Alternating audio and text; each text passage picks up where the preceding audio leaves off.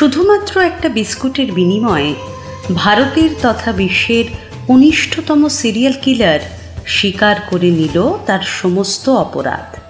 কি বিশ্বাস হচ্ছে না তো? এরকমই চমকে দেওয়ার মতো একটা গল্প শোনাবো আজকের এই ভিডিওতে। সালটা ১৯৯৮।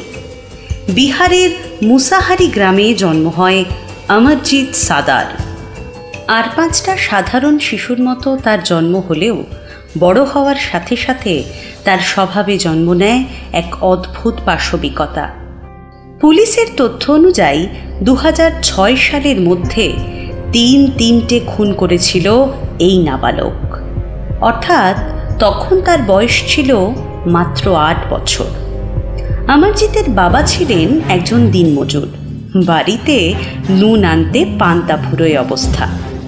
তারই মধ্যে ২টি সন্তানকে স্কুলে পড়াবেন সে ক্ষমতা তার ছিল না।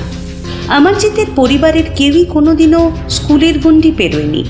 ছোটবেলা থেকেই অমরজিতের বন্ধুবান্ধব বিশেষ ছিল না। শান্ত স্বভাবের অমরজিৎকে দেখে বোঝার উপায় ছিল না যে ৮ বছর বয়সেই সে ঠান্ডা মাথায় করে ফেলতে পারে তিনটে খুন। ২০০৬ সালে এক আত্মীয়া দেখা করতে আসেন অমরজিতের পরিবারের সঙ্গে। ওই আত্মীয়া নতুন চাকরি পাওয়ায় কোলের সন্তানকে রেখে যান অমরজিতের পরিবারের কাছে। এরই মধ্যে একদিন নিত্য প্রয়োজনীয় জিনিস কিনতে বাজারে যান অমরজিতের মা। নিজের ছোট বোন এবং ওই আত্মীয়ার সন্তানের দায়িত্ব দিয়ে যান অমরজিৎকে। ৩টি খুন করার পরে যখন সে পুলিশ হেফাজতে ছিল, তখন সে পুলিশকে জানায় বিস্কুট খাওয়ালে সে সমস্ত খুনের কথা কবুল করে নেবে। এক প্যাকেট বিস্কুট খাওয়ার পর অমরজিৎ হাসতে হাসতে বলে সেই আত্মীয়ার মেয়েকে খুন করার প্রথম কাহিনী। মা বাড়ি থেকে বেরিয়ে যাওয়ার পরই ওই আত্মীয়ার সন্তানকে চড়থাপ্পড় মারতে থাকে অমরজিৎ।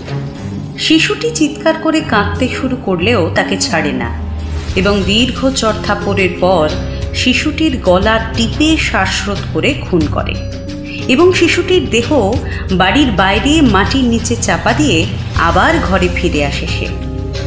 অমরজিতের মা বাড়ি ফিরে শিশুটির কথা জানতে চাইলে অপরাধের কথা অকপটে স্বীকার করে সে। তার বাবা তাকে মারধর করলেও পুলিশকে এই বিষয়টি জানাননি।